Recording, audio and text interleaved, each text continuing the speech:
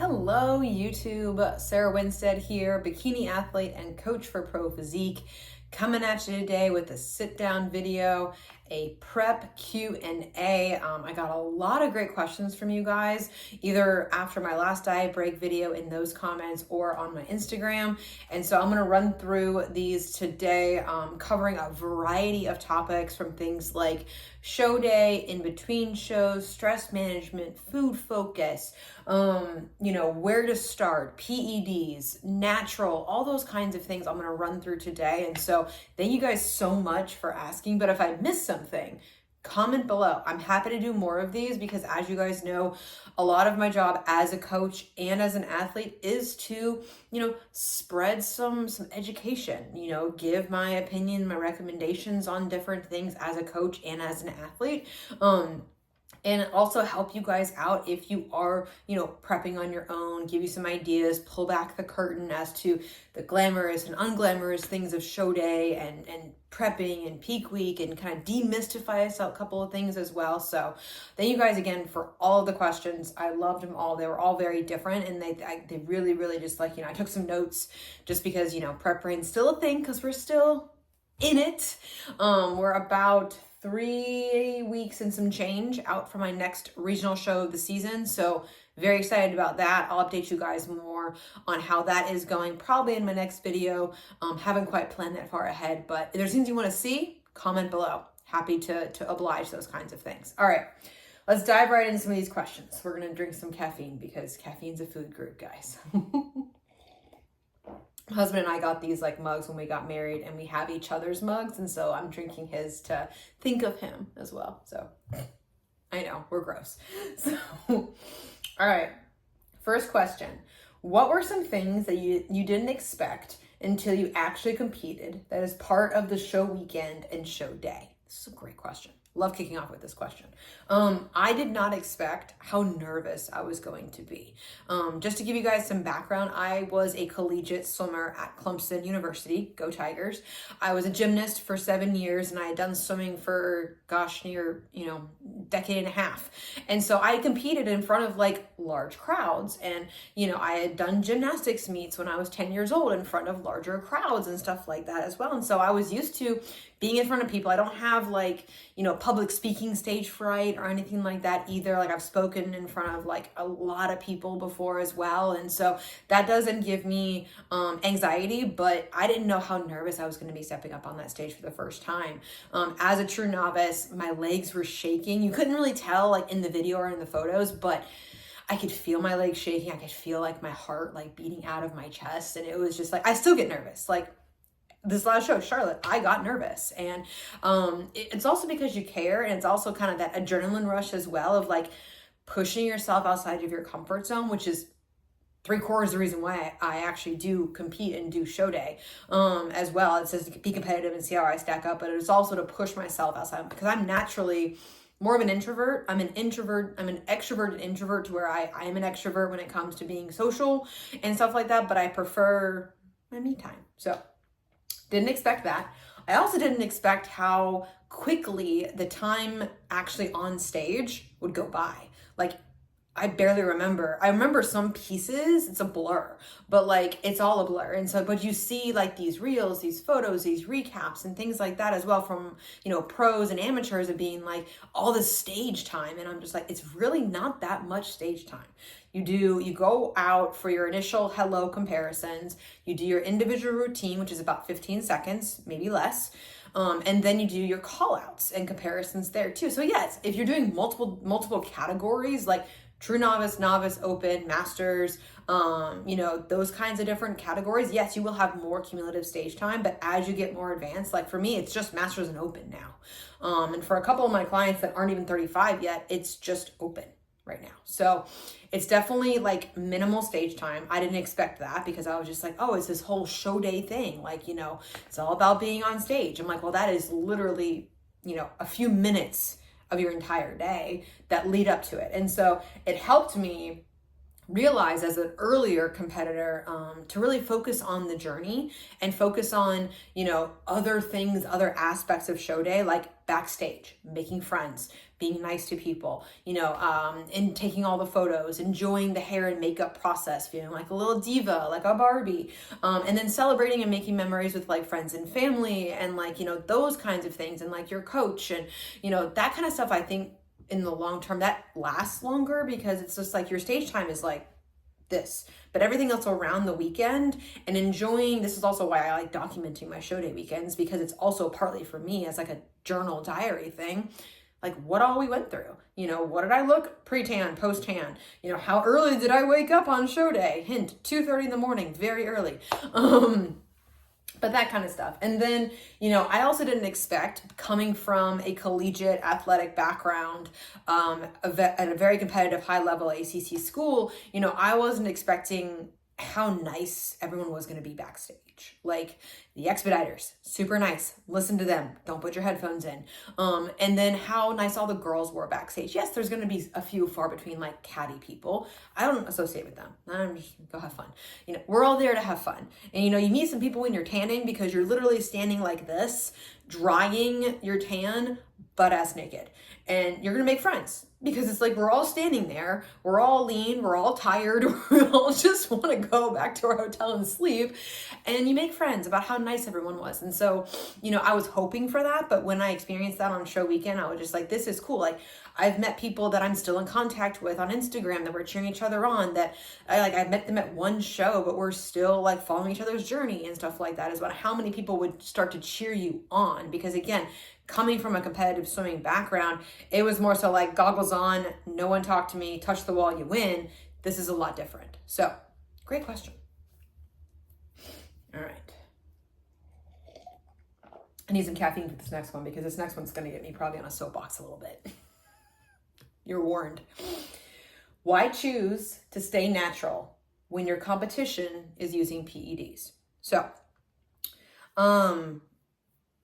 you know, PED, steroid usage, anything androgynous, anything external is a choice that people make. Everyone can choose differently based upon what they want to get out of the sport, what they value, where they are in the sport, and all those kinds of things as well. It is a personal decision, and I leave that up to anybody. I coach people that are natural. I coach people that aren't natural. And so it doesn't bother me either way. I don't look down upon people that choose to use. I'm like, we are in a federation where it's accepted, it's used. And the vast majority of my competition, I completely understand that in the NPC is not natural. Okay, I completely understand. I respect it. I choose to stay natural. I am not on my show calendar for this season. I'm not competing in NPC natural shows. Secondary question, why not? It doesn't fit with the schedule that I'm looking at. And also there's not, like, yes, we now have the Pittsburgh natural national show that is in 3 days. You know, that just wasn't on my radar soon enough for me to be able to plan for it. And then the next natural national show is the Ben Weider. And so my options for competing on the national level, again, not necessarily with the goal of a pro card, but seeing how I stack up on the national level, is more so with the Junes, the Julys, the Septembers, the August. Like there's more national shows now, and I really hope that the NPC Natural is going to add more natural national shows. I want to see how this one goes this weekend. I'm very excited about it. I have a client competing in it. See how big these things can get, and encourage more people to do that if they choose that route.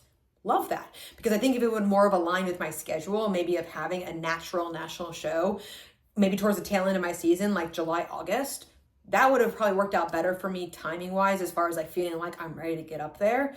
I'm feeling like, you know, I'm just like, yeah, let's freaking go. And so that's more so like why I did not choose to compete in an NPC natural show this year. And then I'm choosing not to use PEDs because it's a personal decision that I've made for myself. And I've done a little bit of research, not a ton, but I've done the research. I've talked to people that use them, men and women. I've talked to my coach. I've talked to many coaches as well about that kind of usage as well. And I'm just like, it's not really for me. You know, I like, honestly, the density that I have right now, and to add much more to my frame, I know would be taxing on my body. We don't know how much or little the anatomical or physiological effects are going to be on a person when they choose to use PEDs, the dosages. I just feel like for me personally, as a personal decision, it would add too much of a stressor in my life that's already like jam-packed. And also thinking about life after competing, I do want to eventually start a family. Like that's a goal that we have.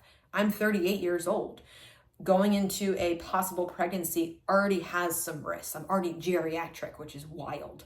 But it's like, it already has some risks associated with it. It's like, I don't want to, if I choose to use it, I don't want it to add more risks to that down the road, or even potentially take that out of the question again. I don't know, we don't know how much those kinds of things are going to affect us, and if those effects are reversible or not reversible. And so anyone that chooses to use it, great, wonderful. Please do your research. Please do your research. And don't just your research just be talking to your coach. Do your own research. Look into hormonal therapy, look into labs. I think that, once I do reach the age where I am like experiencing hormonal changes, like, 40s, 50s, perimenopause, menopause, all those kinds of things, I probably will invest in something like an HRT or a TRT. I'm like, that sounds normal because it's already just providing your body with the hormones that it's supposed to be making, but doesn't make as much of anymore. I'm like, great, wonderful. I'm totally behind that for myself when I get there, to help me feel more normalized through that process, as far as like sleep and hot flashes and, all those kind of things that HRT and TRT, I think the science is becoming even better about those kinds of things. And so, yeah, that's something that I would consider, that would, if I ever did compete again, would make me not natural. Because that is a deciding factor as far as the NPC is concerned. So, yeah. And also I think minor little thing, I'm like, I'm a little bit of like, I don't know if it's a masochist or just a sucker for punishment, but I'm like, you know what? As a natural athlete, I want to see how I fucking do against people that are on PEDs, and prove that, you know what? Maybe I can build better glutes. Maybe I can bring a better package. Maybe I can, like, yes, I'd love to beat them and stuff like that as well, but it's not always about that, but proving that you can still be successful and be rewarded, and then bring a package that is competitive on any level if you're natural against unnatural people. Like, and I also encourage, last thing I'll say about this, I encourage you not only to do your research, but maybe to, if you're 21 years old, give yourself a little more time. Actually train with intent for a few years, get a decent amount of lifting time behind you. Don't use them as a shortcut to, get to the top, because it's not guaranteed in our sport. Even if you use PEDs, it's not going to guarantee you a pro card. It's not going to guarantee you a placing. I know I have beaten people on the national stage that do use PEDs, and I'm natural. And so it is possible. It is a longer journey, I will say, completely. But if you're a younger competitor, a newer competitor, willing to invest in those kinds of things, great, wonderful. So, to each his own on those kind of things. And again, I hold nothing against people that do use them or choose not to use them. I just say, please do your research, do it safely, do it under the guidance of a proper person. And that's okay. All right, off my soapbox. That wasn't too bad, guys. That wasn't too bad. All right. Is it possible to go from 42% body fat to bikini? How to get started? So I have had a few clients come to me that want to eventually compete, but know they have more body fat to lose than maybe someone that is a seasoned competitor in their improvement season has a little bit less body fat to lose. And so if you do that, then I'm like, great, wonderful. Let's work towards something. But maybe it's possible to go through a fat loss phase first that's not a prep first, to get some of the body fat off, to get you down maybe mid 20% to like, or like, somewhere in the 20s percentile of body fat, if we're just going off sheer body fat, which looks different on everybody. That way it's not the stress of a prep, like your first fat loss phase is stress of a prep, or it's not like a very, very long and taxing and tiring prep process for you that once you get there, you're just like, I'm just fucking done. And so I like getting it off almost in chunks. Maybe I'd run a fat loss phase for, 5 or 6 months for a client that has more body fat to lose.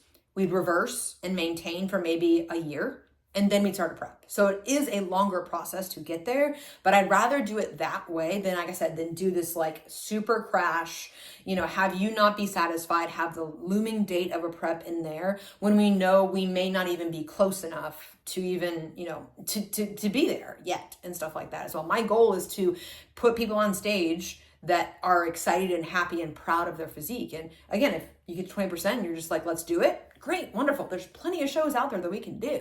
I'm not saying you have to go through a full fat loss phase, reverse maintain, and then go through a prep. No, if you're happy with how you look at the end, then celebrate that. There are transformation categories in some of the natural federations that celebrate these kinds of things. We have our transformation challenge that Pro Physique runs every, we just are finishing up New Year, New Start. We got Summer Sculpt and Fall into Fitness as well going on this year. That's 90 days and 60 days.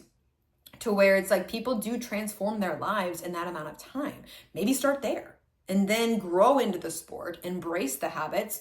And then, like I said, then maybe you're a little bit closer to where, it's not such an overhaul of weight loss that can be very taxing on the body. So, and the mind too. Let's not forget, most of this is in the mind. So, all right. 22 weeks out, fit model division. How many times per week should I be posing? I would say starting out 2 to 3 times per week, 15, 20 minutes or so in the heels. You don't have to wear your suit yet unless you're comfortable or you have a fit model posing suit. That's great, or a fit model suit. And I would say getting a posing coach earlier rather than later. That way you don't develop bad habits. I understand that, it's expensive. This is a very expensive, time-consuming hobby. It's a hobby, guys. It's a hobby. A sport, stuff like that. But it's a hobby. And so posing coaches, invest in one of those early enough to where you don't develop bad habits. I understand watching YouTube videos online is helpful. I agree. It's a great place to start to learn more about the posing, but having that set of eyes on you and giving you the feedback and saying, move this foot here, twist this here, stand up taller, move this elbow inward, and then hold that and then feel how it feels and stuff. So I would say getting a posing coach and then practicing at least the front and the back pose for a fit model, because it's the stallion pose. And then 2 or 3 times a week. And then as you get deeper into prep, add more time. And that way you're posing, like right now, I'm posing 4 to 5 times per week. I am giving my low back a break a couple of days per week as well, but I'm doing mobility work like cat-cows and thoracic rotations to make sure I do maintain and recover those kinds of things, because posing it hurts. It's supposed to hurt. If it's not hurting, it's not working.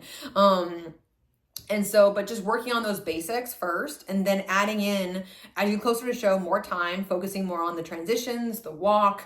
If you have stage fright, if this is like not your thing at all, then once you feel comfortable enough with your routine, start posing in the gym.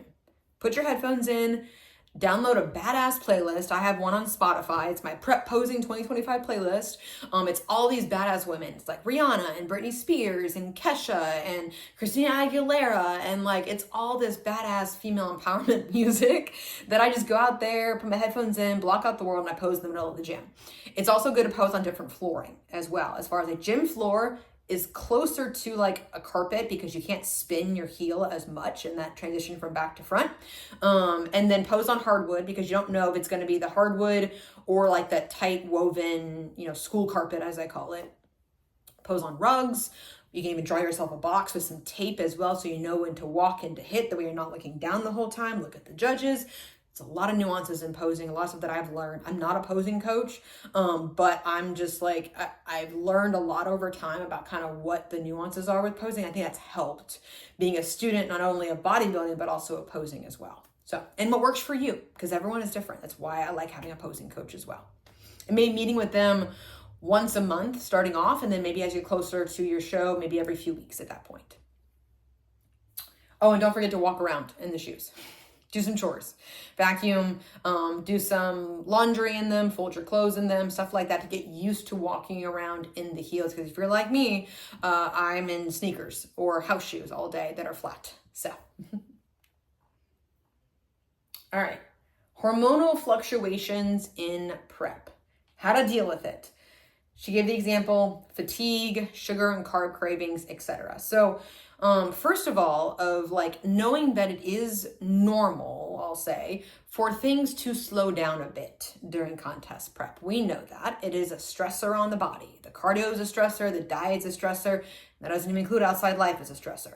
And so our hormones do temporarily, adapt, which means downregulate a little bit towards what we're doing to our bodies and things like that as well. And so I know that it's normal in prep to be hungry and low energy. Those two things, fatigue. It's hard.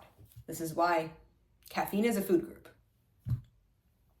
But I can still sleep at night. I have a caffeine cutoff time right now of like 3:30 p.m. to finish up all my caffeine. That way I can still eat my dinner and then go to bed at night without having to rely on like a huge amount of like ZQL or something like that. So knowing that it's okay. It's okay to be low energy. It's okay to be fatigued. We're pushing our body out of its comfort zone where it doesn't want to be. It doesn't want to have abstriations. It doesn't want to have veins like this all damn day. It doesn't want to be this lean and this strong. Like when we're cavemen running from a bear, they want light and fast and stuff. And so it's like, your body doesn't care you're getting on a bodybuilding stage. It thinks, unfortunately, it thinks when you're dieting, it thinks you're slowly dying. I think there's a famine out there. And so that's the reality of it. And so you're going to be hungry. You're going to be tired. It's just there. Like I'm hungry right now. I just ate food. No joke. 35 minutes ago. I finished my meal. I'm hungry again. Caffeine, good appetite suppressant too. Low energy. There is not an hour in the day where I'm not caffeinated, except for, like I said, after like 4 to 6 p.m. Then I go down, then I just eat my food and go to bed. Because I'm just like, yep, that's a natural progression of like energy coming down for the day. And then I'm good to go. But yes, deep in prep, I do have a lot of caffeine. Caffeine, like I said, appetite suppression and energy, because I need to be able to do things like this. I need to be able to respond to my clients, check-ins, calls, inquiries. I need to be a normal-ish human, as normal as I possibly can, for my job, for my dog, for my husband, for friends, for family, for everybody that around me, because prep is our choice. I've said this before, I've said it many times. Prep is a choice. And so if I'm choosing to do this, I'm going to try my damnedest to be as normal of a human as possible around other people. Because it's my choice, it's my burden to bear, and it's my responsibility to plan accordingly, to get my shit done accordingly, and not put that on anybody else but myself. Ownership, big in our sport.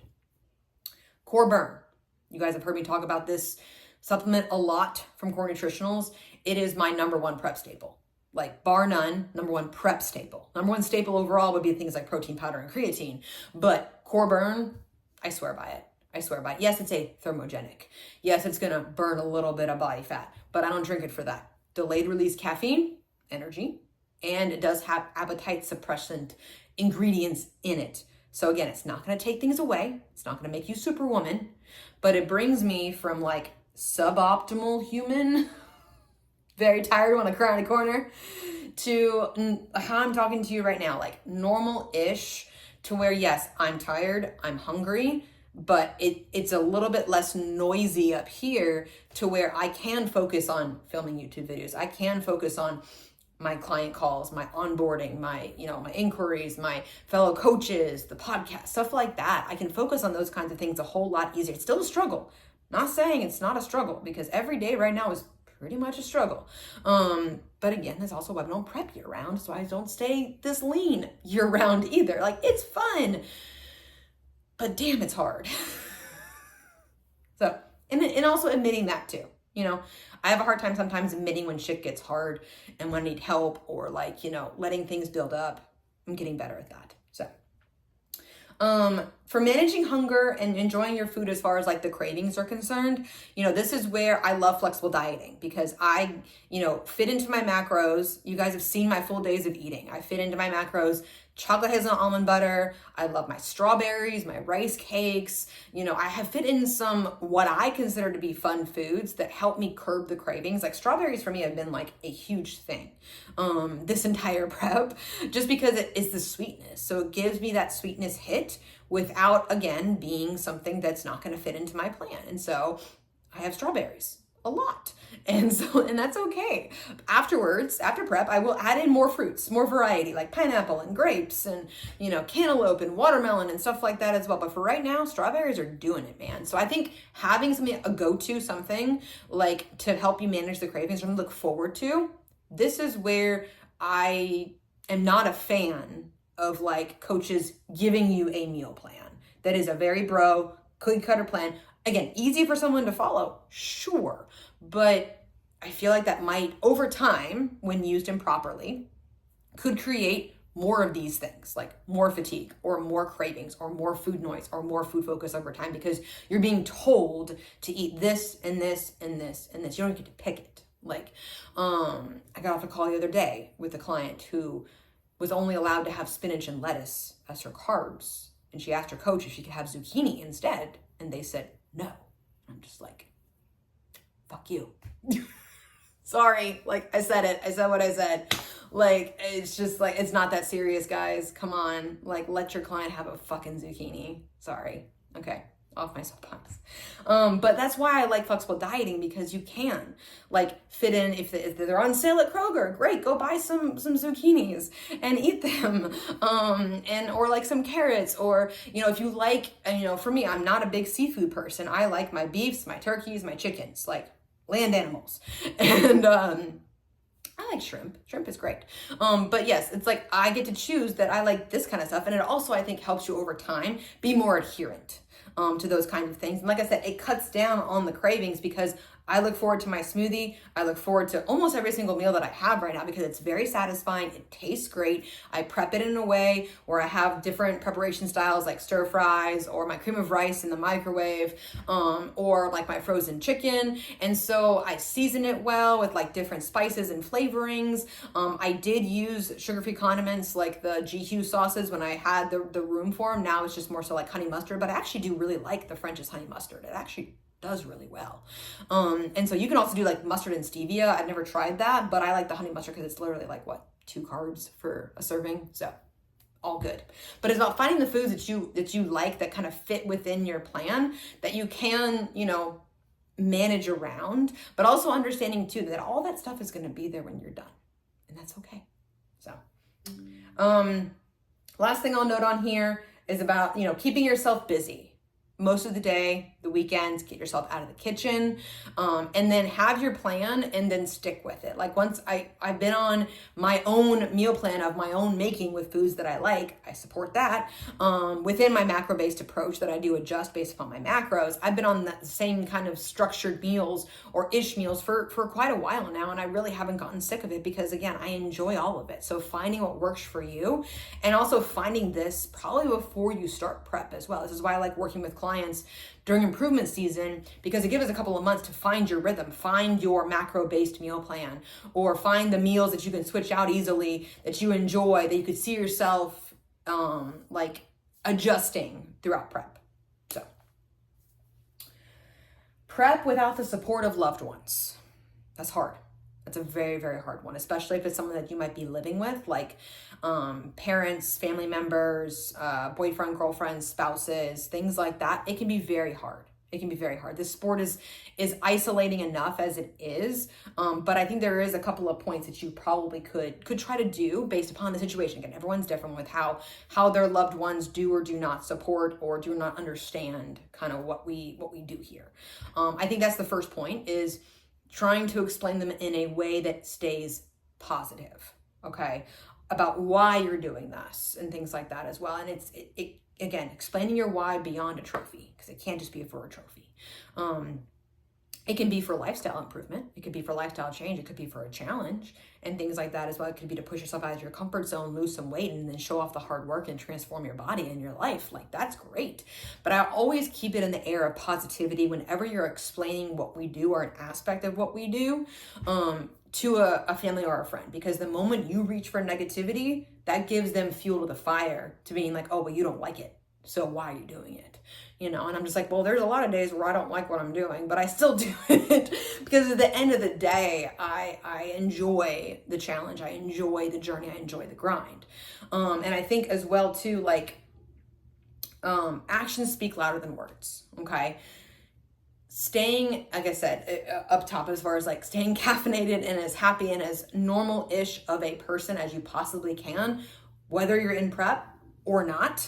I think that those kinds of actions, a positive, happy, productive, wonderful human being and contributor to society, like that can be very helpful in showing whoever may not be supporting you the fact that I'm the same person, whether or not I'm dieting or not. My plate just looks different. I may look a little different temporarily. That's okay. You know, you can also attempt to explain, like I said, with a positive light about kind of the why behind why you're doing certain things or what might be coming in your plan as far as like more cardio, less food, those kinds of things. And then, you know, pity parties are going to happen, and that's okay to have a pity party. It's okay. You know, I wouldn't let it ruin your day. I wouldn't let it last longer than, you know, X number of minutes or so as well. Like then you just got to buck up and get to it and just continue to grind it out. Trust me, I've had many pity parties myself. It's just like questioning, am I going to be ready? You know, this day sucks and stuff like that. So like, I'd rather people say it, but also not continually say it day after day after day after week after week after week, because then again, that reaches towards that negativity piece. You know, it's okay. We all have bad days. We all have bad days. We're allowed to have bad days. But it's when that repeats and repeats and repeats and repeats and repeats that they could start to lose interest because they see what it's doing to you from a negative side point. They're like, why? If she's like crying over her plate as far as like what's not there or something like that as well, why does she just eat something? You know, I can get it. I can see both sides of it. This sport is, you know, it's still, like I said, it's an extreme sport. It's an investment. It's a very expensive hobby that we choose to do.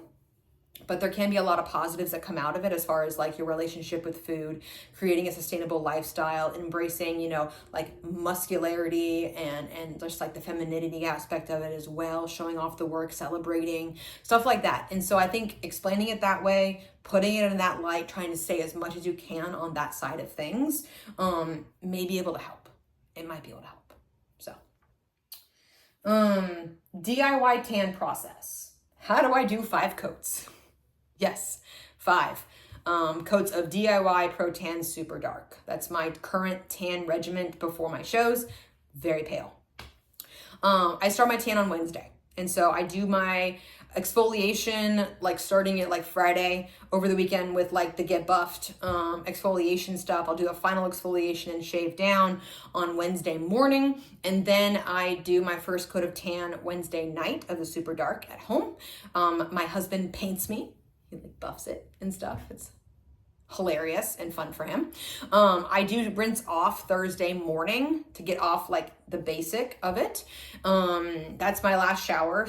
I have showered on Friday, but it just depends upon how the coats are taking, you know, at that point too. Then I apply a coat on Thursday morning, a coat on Thursday night, Friday morning, Friday night. So that's 5 coats. And then I do the top coat, which is like the foam mousse stuff from Pro Tan. I do that on show day, Saturday morning. And that honestly is the most important because that's what really gets that pop and that darkness bronzing before they apply the like the show shine stuff backstage. And they'll touch up my tan backstage too. I will probably be using the host tanner for one of my national shows, but I'll probably go into at least 3 or 4 coats in because sometimes I found, at least for me, like the show day sprays may not get me dark enough that I need to be. Paul says there's no such thing as being too dark, and I'm just like, I agree with you. So that's kind of how I manage the tan, and I plan my week accordingly. Like Wednesday, I normally do like my nails and my dry bar before I put the tan on, so that way it doesn't interfere with that. And then if I'm traveling, it's usually on a Thursday because I like getting there the day prior to relax on Friday. And so we normally try to finagle if we can. Again, you know, travel plans, be damned, you know, a coat in the morning and a coat at night. Usually the Friday, we're pretty on point because we're already there at our destination. And so that's how I get it all in. It's a lot. Tan is the worst part, as you've probably heard me say before. All right, got a few more here. Season goals, how do you approach your goals? Season goals, show by show, day by day, or just kill it. So this is a very awesome type A person. Thank you. I have season goals, like overarching goals. I think that's important for your season, based upon where you are in your journey. Like if you're a first timer, a great season goal is to get up there, have fun, and see if you like it. That's a great first show goal too. And then I might have goals show by show. Like I kind of gave the example of Charlotte being my kickoff show of the year. I needed to get nationally qualified to go to national shows this year because I competed in 23. And so that was kind of the goal, to see kind of where we're looking, how we're looking, what the feedback is going to be, get up there, get the jitters out, and kick off the season strong. We did that. So I do tend to have an overall season goal, which for me is improving my stage package, specifically glute density, which was my feedback from 2023. I think we are definitely on the road towards that. Show by show, we have different goals. Like you can also, when you become more seasoned as a competitor, you can have like, okay, I want to get in front of Sandy or Tyler or Joe or some other judging panels, knowing that they're going to be at the national stage, like Becky or Mo or whomever is going to be there. Get in front of them maybe at a regional show to get their feedback directly, to know what you need to work on for the rest of your season before you get to that national show. You can be more strategic like that. And I do help my clients finagle that. The more seasoned and more mature they get, and the more they move up in the sport. And so I do pick out shows based upon that. As far as like what I want to achieve, what my ultimate goal is, I do have 2 national shows in mind. I'm considering junior nationals and universe. No secret there because of when my season is right now. And so, I wanted to get the feedback from judges that are going to be at those shows. That way I can continue to improve show to show and then get in front of them again and then continue to get their feedback. And then, day by day, sometimes it's hour by hour, where we're just getting through the day, checking the box, getting my cardio done, and managing everything else that I have to manage and prep and stuff like that as well. I've broken it down sometimes when I do have my AM or PM cardio. You guys have seen me go through that, to where it's like, okay, let's get this done, let's get to lunch.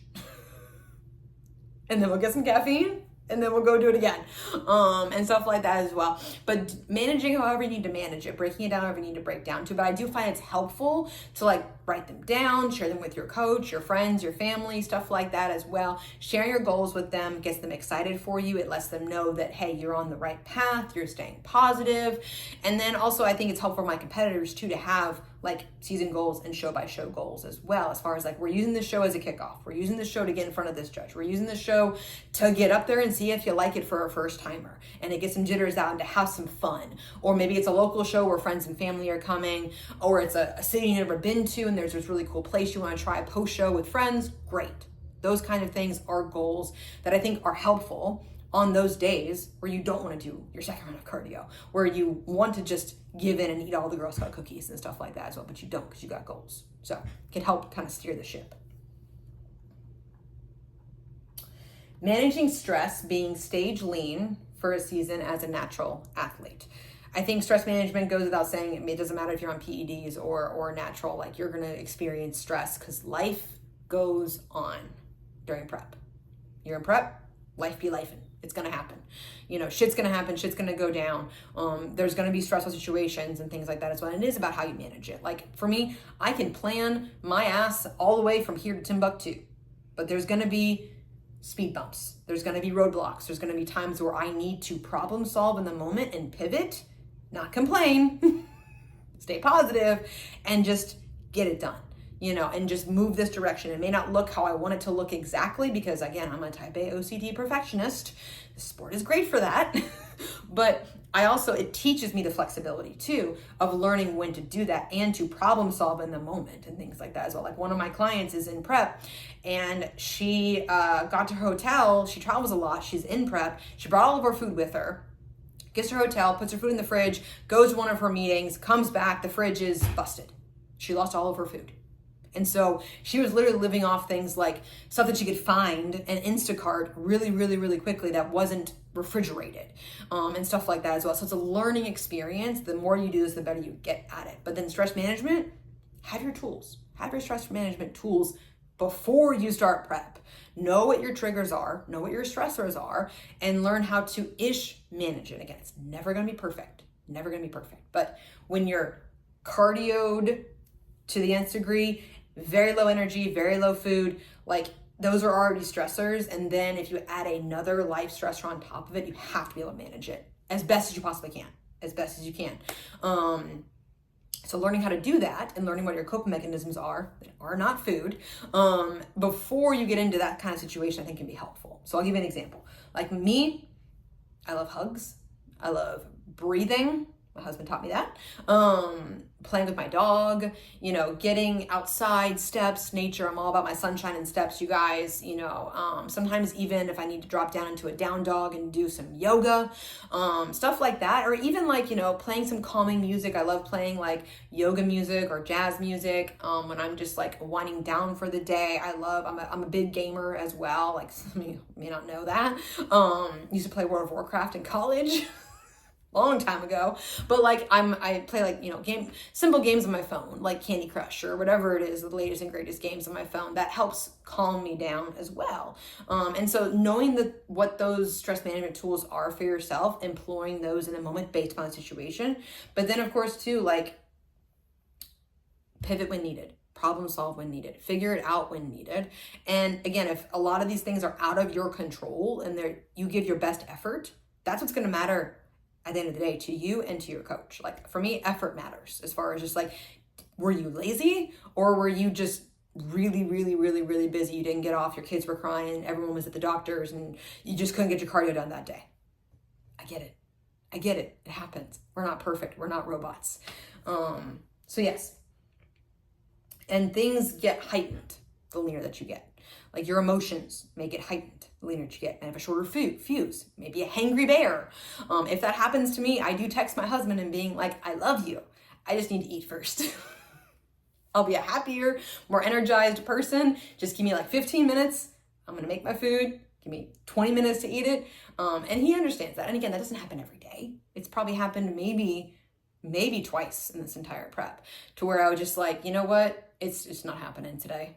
It's just not. And so, and as long as you put it again in a positive way of being like, look, I love you. This is not you. Just not really having the best day, because again, you're still going to have bad days, even if you weren't over cardioed and underfed. So,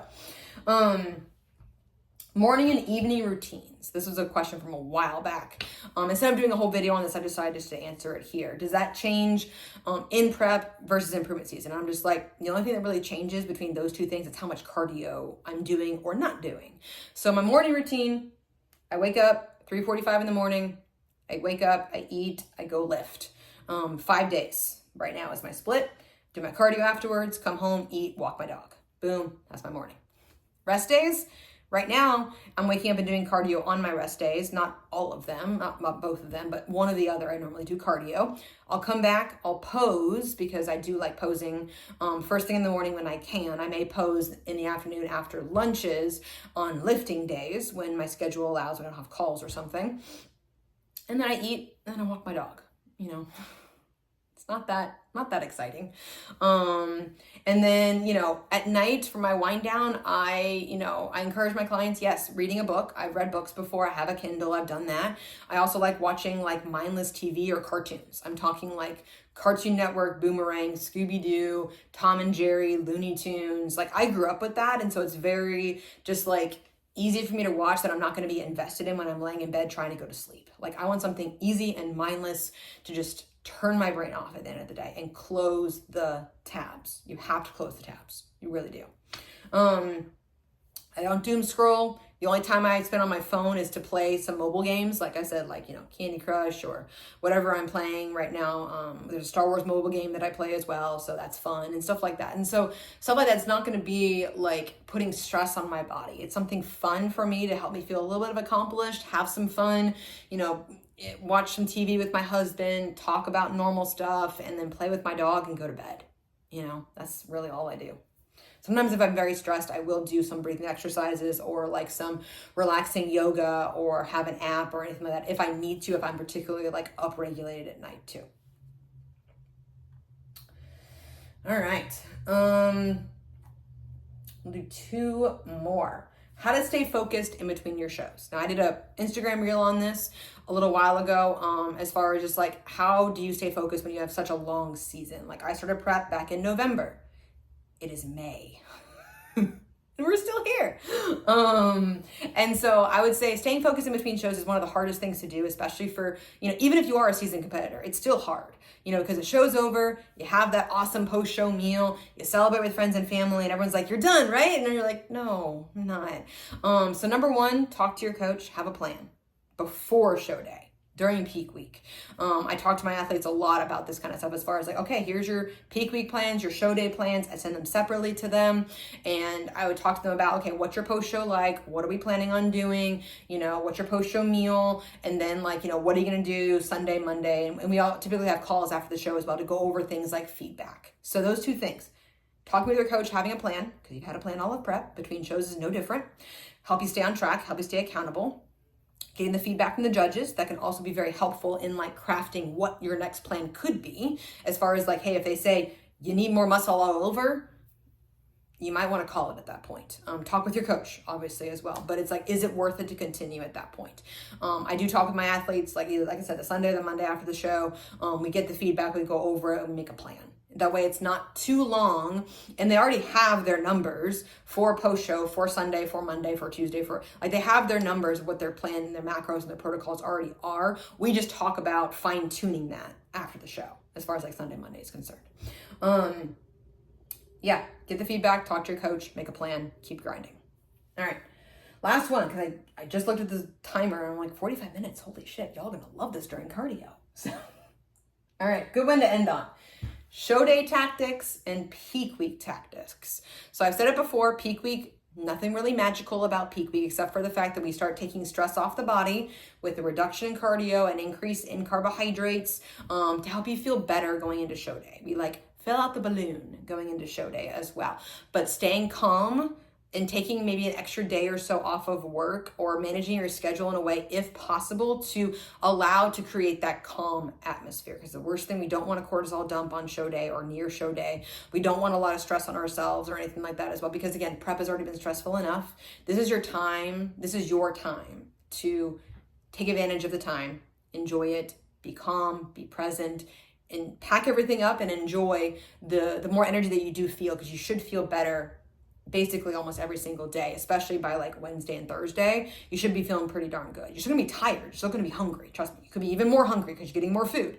But staying calm, staying focused, no meal changes, no new foods or anything like that.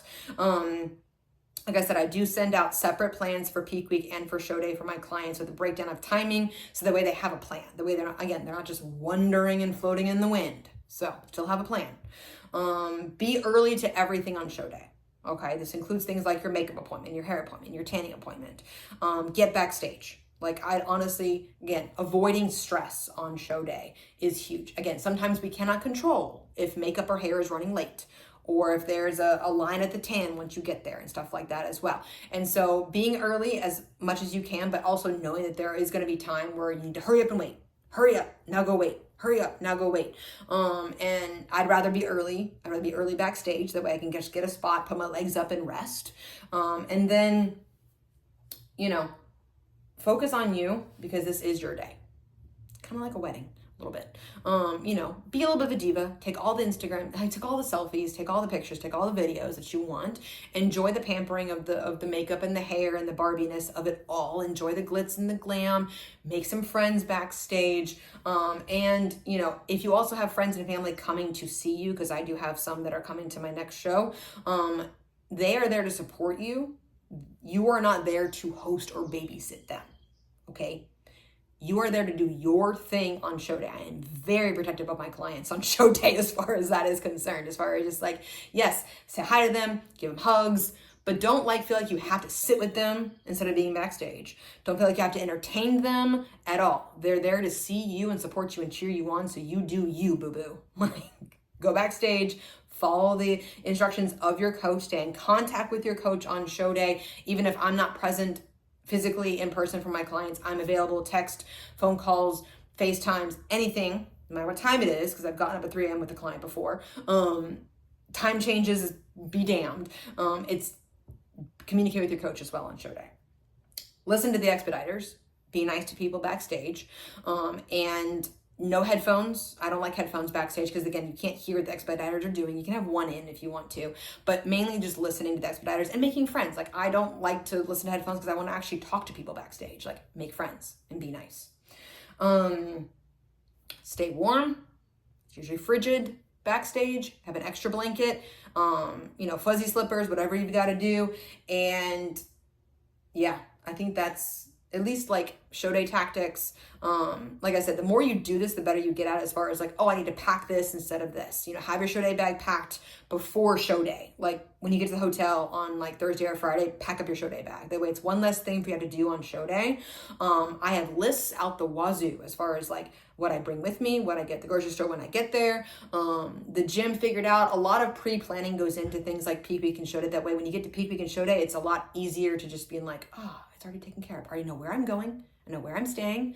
I know when my hair and makeup is, like 4 days prior to the show. I know where my tan is. I know where I'm going to get a pump. I have my bands. I got my show day bag, and again, I sometimes also, I've created a space in like our closet for all of my like black sheets and black towels. That way, again, it's not stressful, but you also learn a lot of this by doing and by having a coach as well, kind of tell you some of the ins and outs too. So, yeah, that's it, guys. Those were some great questions. Really loved this little kind of prep Q&A. I'll probably do another one of these maybe closer to the end of my season, or like a post-show Q&A, stuff like that as well. But if you have any questions or anything that might have missed in here, comment below. Happy to do follow-up videos. Happy to just answer random questions in future videos. If there's topics you want to see me cover during contest prep, specific topics, topics that I can dive more into than just answering a simple Q&A in a few minutes, comment below. Like I said, pulling back the curtain, glamorous, unglamorous parts of competing, bikini prep, show day, peak week, things like that as well. I am here to help you guys. And if you want to take a journey with me as your coach, I'm accepting clients. But that link is always below in this description box as well. I'd be happy to help you guys out and to cheer you guys on as well. So have a great rest of your day. Like, comment, subscribe, all the things, and I will catch you guys in the next video.